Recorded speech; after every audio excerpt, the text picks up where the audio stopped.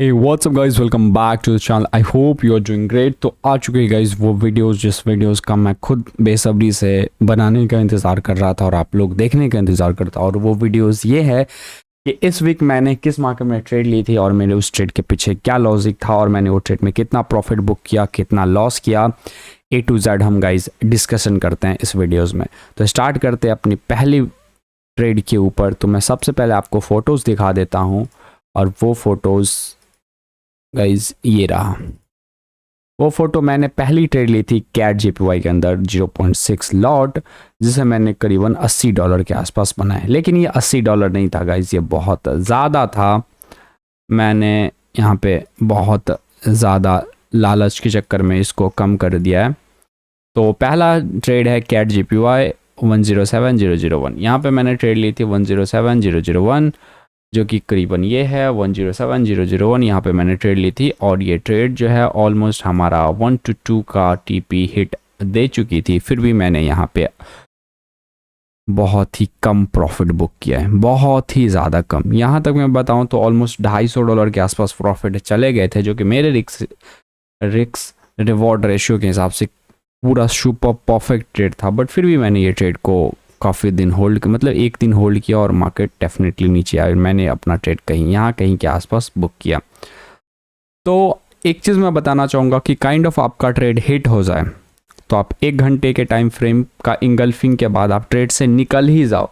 वैसे मैंने ट्रेड से एग्जिट करने का 50 मिनट्स का शिफ्ट ऑफ स्ट्रक्चर बताया है, जो कि ये रहा हाई, ये रहा हाई और ये रहा लो। एक को कंसीडर नहीं करना, बट लो काफ़ी ज़्यादा नीचे हो जाता है। इसलिए अगर इस टाइप का सिचुएशन ना मिले तो मैं एक नेक्स्ट तरीका बताता हूँ। उस तरीका में आप इंगल्फिंग पे निकल सकते हो।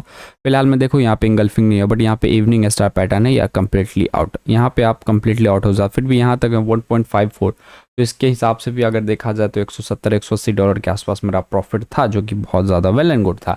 एंड मैंने ये जो ट्रेड लिया क्या देख के लिया, A to Z हम लॉजिक बताओ। तो एक्चुअल में जो मैंने ट्रेड लिया वहाँ पे वो ट्रेड नहीं लेना चाहिए था। वो ट्रेड मेरे को थोड़ा सा काइंड ऑफ बाद में लेना चाहिए था, जो कि मैंने थोड़ी सी पहले ले ली। उसके बारे में भी डिस्कशन करते हैं। तो चलो वीडियोज़ को स्टार्ट करते हैं। सबसे पहले मैं आपको दिखाता हूँ वीकली आवर का टाइम फ्रेम। तो आप वीकली आवर का टाइम फ्रेम देख सकते हो। तो वीकली का टाइम फ्रेम जो है वो बुलिश है, because this is a lower low, lower high, और ये रहा हायर हाई और ये रहा हायर लो। तो अभी भी मार्केट बुलिश है। नीचे से EMA भी सपोर्ट कर रही है, जो कि market definitely wants to goes up. ठीक है, डेली आवर का टाइम फ्रेम देखा जाए तो डेली आवर का टाइम फ्रेम भी बुलिश है। वो कैसे, तो ये रहा लोअर लो और ये रहा हायर हाई।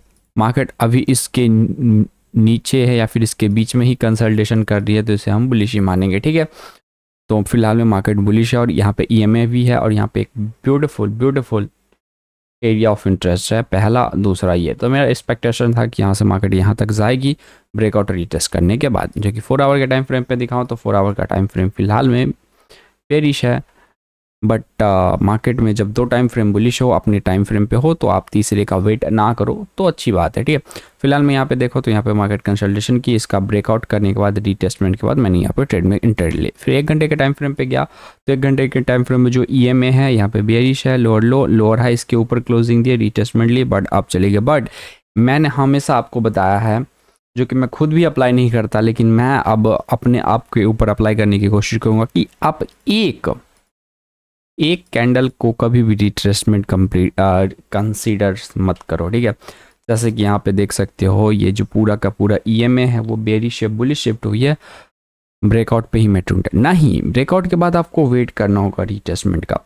आप यहाँ पे evening star pattern, morning star pattern बना, आप यहाँ पे इंटर कर सकते हो, या फिर थोड़ा सा पेशेंस करके आप EMA को प्रॉपर टच देने पे रुक जाओ, फिर यहाँ पे इंगल्फिंग आई, फिर आप यहाँ पे इंटर कर सकते हो। तो यहाँ पे 2 पॉसिबिलिटीज़ था, यहाँ पे फिर इंटर कर सकते हो, और यहाँ पे रात का टाइम है 11:30 PM, जो कि नीचे आप देख रहे हो 11:30 PM, या फिर यहाँ पे आप इंटर कर सकते थे।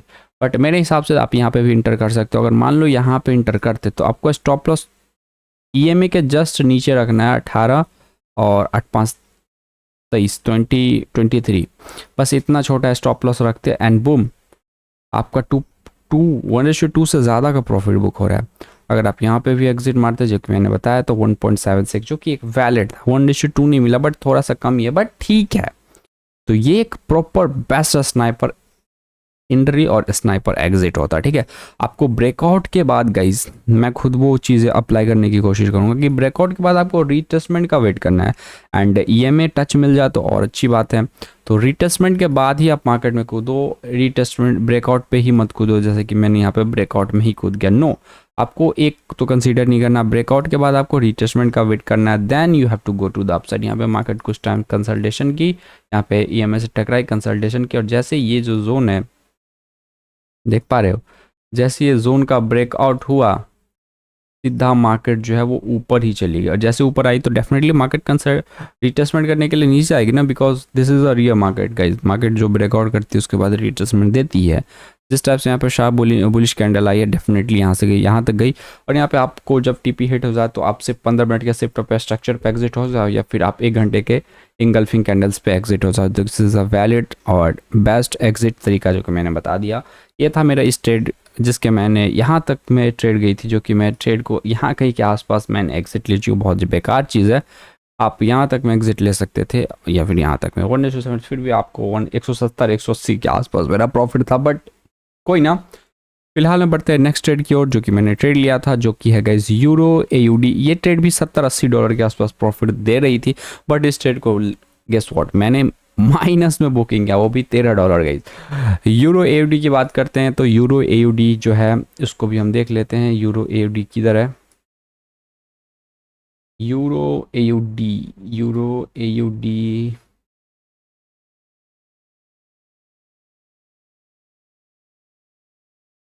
ये रहा। तो ये है गाइज एक यूरो एयूडी की मार्केट, एंड इसमें मैंने जो ट्रेड ली थी वो ट्रेड मैंने ली है गाइज 1.78614, 1.78614। मैं यहाँ पे के थ्रू 1.78614, 1.78614 यहाँ कहीं पे मैंने ट्रेड लिया था, ऑलमोस्ट फ्राइडे के आसपास। यस गाइज, डेफिनेटली ये ट्रेड गाइज मैंने फ्राइडे के आसपास लिया था, जो कि बिल्कुल भी लेना नहीं चाहिए, बट मैंने ये ट्रेड फ्राइडे के आसपास लिया था, क्योंकि ये पूरा ट्रेड मिली नहीं, फ्राइडे के आसपास मिली, और यहाँ से मार्केट यहाँ तक कैप्चर हुई, और फिर मेरा ट्रेड जो है वो रिवर्सल हो गई डाउन साइड। मुझे लगा था यहाँ तक जाएगी, तो ये ट्रेड करीबन मैंने यहाँ पे लिया था, स्टॉप लॉस में ये के आसपास रखा था, और मैंने सोचा था 1:2 या 2.5 मिल जाएगी, ठीक है।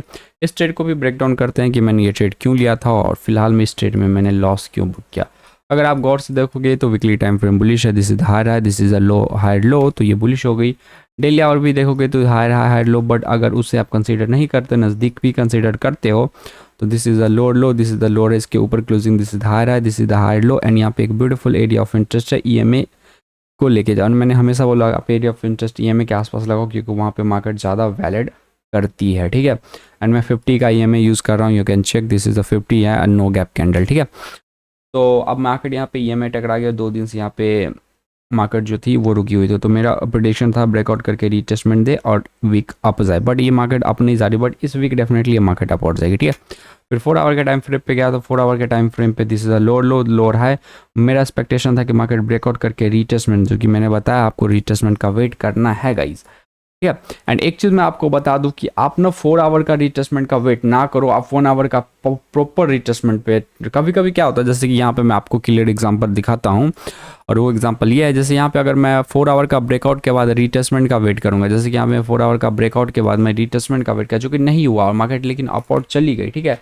इसलिए 4 आवर का ब्रेकआउट के बाद रिटेस्टमेंट ना भी वेट करो, लेकिन आपको 1 आवर के ब्रेकआउट रिटेस्टमेंट पे आपको वेट करना ही है। जैसे आप देख रहे हो कि ये जो कैसे बुलिश से बेरिश हुई और बेरिश से फिर से बुलिश में चली गई, तो यहाँ पे आप देख सकते हो कि this is a lower low, lower high, और यहाँ पे इसके ऊपर क्लोजिंग दी हाई और एक और क्लोजिंग। जैसे ब्रेकआउट के बाद देखो, एक को मैंने बोला कंसीडर नहीं करना, यहाँ पर 2 है तो आप इसे कंसीडर कर सकते हैं, और यहाँ पे एक मॉर्निंग स्टार पैटर्न आप यहाँ पे भी इंटर कर सकते थे, ठीक है। इंगल्फिंग भी है, मॉर्निंग स्टार पैटर्न भी है, आप यहाँ पे इंटर करते हैं। स्टॉप लॉस जो है वो जस्ट जोन के नीचे रखते हैं 35 में 5 ऐड कर दो 40 पिप्स, इतना बड़ा स्टॉप लॉस रखते, और यहाँ तक का टेक प्रॉफिट जो कि हिट नहीं हुआ। आई अप्रिशिएट डैट, हिट नहीं हुआ, ठीक है गाइज, हिट नहीं हुआ, लेकिन जैसा मैंने बताया था कि वैसे यहाँ पे फ्राइडे हो चुकी है और मार्केट जो है वो ऊपर से अब नीचे आने वाली है, तो यहाँ पे आप इंगल्फिंग पे भी निकल सकते थे, लेकिन यहाँ पे कोई सेंस नहीं बन रहा था निकलने का। बट कोई बात नहीं, अगर यहाँ पे अगर मैं नहीं भी निकलता ना, फिर भी मेरा यहाँ पे लॉस नहीं होता, क्योंकि मैंने ट्रेड यहाँ पे ली थी। तो एक प्रॉपर मैंने बता दिया कि प्रॉपर ब्रेकआउट रिटेस्ट 1 आवर के हिसाब से होना चाहिए। दूसरा कि आपको कभी भी जल्दबाजी में ट्रेड नहीं लेना। तीसरा कि आपको एग्जिट कैसे लेना है, कि 1 आवर का शिफ्ट ऑफ स्ट्रक्चर नहीं, आपको 50 मिनट के शिफ्ट ऑफ स्ट्रक्चर पे एग्जिट होना है और 1 आवर के इंगल्फिंग पे आपको एग्जिट लेना है। तो ये एक सिंपल लॉजिक थी और मैंने जो ट्रेड लिया था वो ट्रेड के बारे में एक्सप्लेन कर दिया। मैंने ट्रेड यहाँ पे ली थी गाइस, यहाँ पे कोई सेंस बनता है ट्रेड लेने का? कोई मतलब नहीं बनता। जो एक्चुअल ट्रेड है गाइस वो यहाँ पे बन रही है, आप देख रहे हो। आप यहाँ पे वो ट्रेड ले सकते हो, ये 2 है, इसको आप कंसीडर कर सकते हो। बट यहाँ पे कंसीडर नहीं भी करोगे ना, तो यहाँ पे मार्केट रेंजिंग में जब भी मार्केट जो देखो यहाँ पे कैसे मार्केट ये बेरिश से कैसे बुलिश में शिफ्ट हो गई, ठीक है। तो यहाँ पे मार्केट कंसल्टेशन कर रही है। बट जैसे यहाँ पे भी इंगल्फिंग है, अब यहाँ पे भी कूद सकते थे, यहाँ पे भी इंगल्फिंग है, यहाँ पे भी कूद सकते थे, तो आप यहाँ पे कूद सकते थे। लेकिन यहाँ पे मैंने यहाँ पे ट्रेड नहीं लिया और मैं गेस व्हाट, कॉज भाई ऊपर तक गई थी। फिर यहाँ पे मैं बताऊँ तो 85 के आसपास प्रॉफिट गई थी और वहाँ पे 200 करीबन, इस वीक में बताऊँ तो $300 के आसपास प्रॉफिट थे। अगर आपको विश्वास नहीं हो रहा तो मैं आपको स्क्रीनशॉट भी दिखा देता हूँ, एक दूसरा वाला स्क्रीनशॉट दिखाता हूँ जिसमें मैंने सेम वही वाला ट्रेड में अच्छा प्रॉफिट होल्ड किया था गाइस, तो दिखाता हूँ, देखो। ओके एक मिनट गाइस, एक मिनट।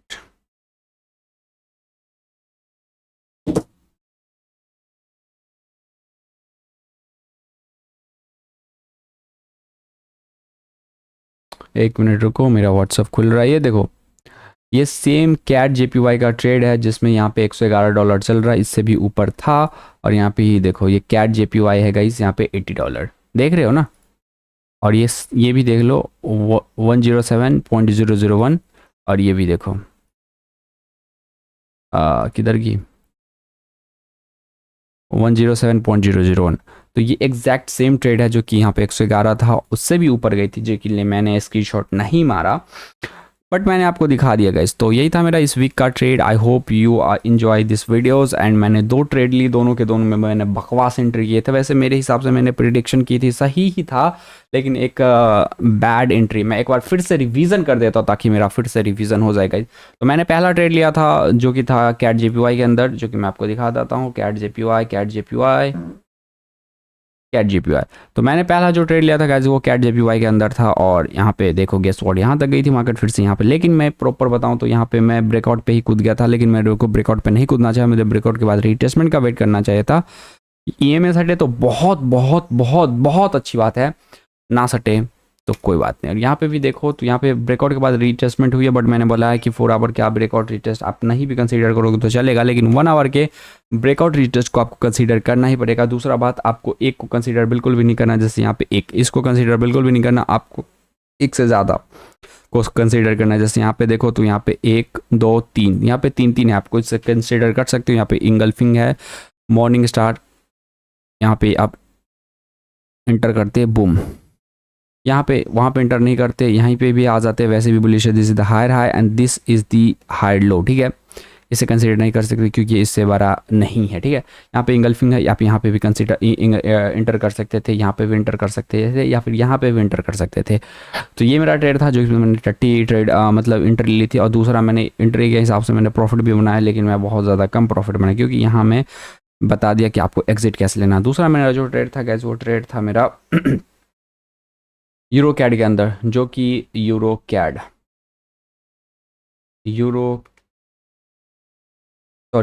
AUD था। ये वाला ट्रेड था गाइस, यूरो AUD। और इसमें भी मैंने बताया कि आप 4 आवर के ब्रेकआउट के बाद रिटेस्टमेंट का वेट नहीं भी करोगे तो चलेगा, क्योंकि लेकिन आपको शिफ्ट ऑफ स्ट्रक्चर का वेट करना है। जैसे कि ये लोअर लो है, ये लोअर है, इसके ऊपर क्लोजिंग इट्स बिकम बुलिश, ठीक है। फिर 1 आवर के टाइम फ्रेम पे गया तो मार्केट यहाँ पे कंसल्टेशन कर रही थी, और यहाँ पे मॉर्निंग स्टार पैटर्न बता आप यहाँ पे इंटर कर सकते थे, या फिर इंगल्फिंग यहाँ पे भी इंटर कर सकते थे। लेकिन मैंने इंटर यहाँ पे किया था, जो कि बहुत ही बकवास टट्टी इंट्री था। बट यहाँ पे इस वीक इंट्री मिल सकती है क्योंकि यहाँ पे ब्रेकआउट के बाद यहाँ पे रिटेस्टमेंट हो चुकी है, और मुझे लगता है यहाँ पे एंट्री हो सकती है, जो कि मैं अप लेके जा सकता हूँ। या फिर ये 4 आवर जो है सीधा नीचे आ सकती है रिटेस्टमेंट करने के लिए। उसके बाद इंगल्फिंग आई 1 आवर के हिसाब से, तो मैं इंटर कर लूँगा, ठीक है। तो इस ट्रेड को भी मैंने इस वीक रखा है पेयर को एनालाइज करके। तो मैंने संडे स्विंग की वीडियोस डाल दी है गाइस, आपने नहीं देखा तो डेफिनेटली जाके देख लो। तो इस वीक मैंने 2 ट्रेड ली थी और दोनों के दोनों ट्रेड मैंने बकवास जगह एंट्री ली थी, लेकिन ट्रेड मेरे हिसाब से बिल्कुल सही गई थी, ठीक है गाइज।